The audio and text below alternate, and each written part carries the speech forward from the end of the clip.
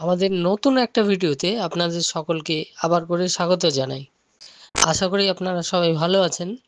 এই ভিডিওতে আমি আপনাদের প্রায় আমার 2.5 বছর পর দুবাই থেকে কলকাতা ভ্রমণের পুরো যাত্রাটা আপনাদের সঙ্গে শেয়ার করব।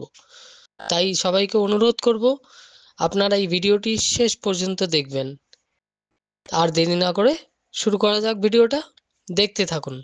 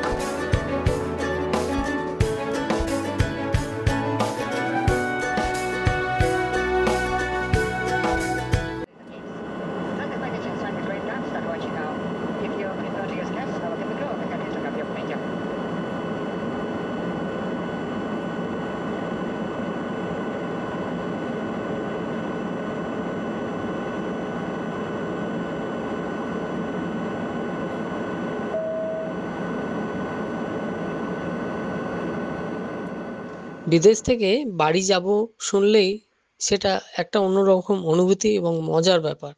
বাড়ি যাব এই ব্যাপারটা ভাবতেই দারুণ লাগে, তাই না? আর কলকাতা যাব শুনলে তার অনুভূতি আহা, সে আলাদাই ব্যাপার। শুধুমাত্র যারা কলকাতার বাঙালি তারাই একমাত্র সেটা ভালোভাবে অনুভব করতে পারবেন। কি ঠিক বললাম তো?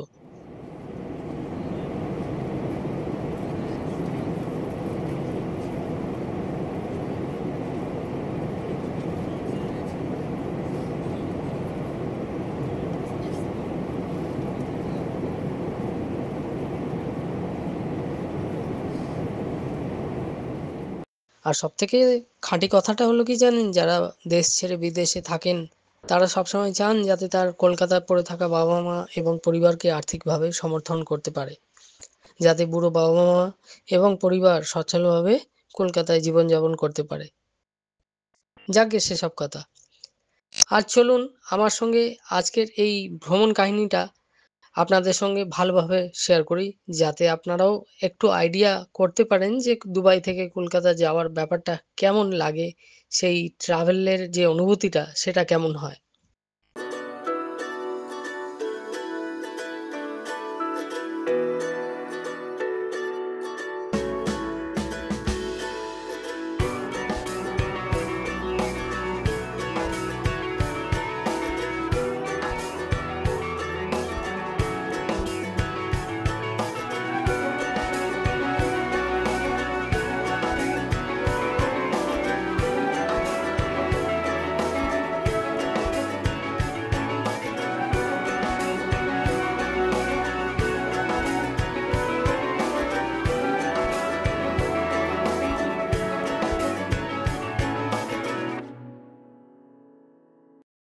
কলকাতায় নামার পর থেকে যে কি কি করব, কি কি খাবো আর কোথায় কোথায় যাব সেসব প্ল্যান অলরেডি আমার করা।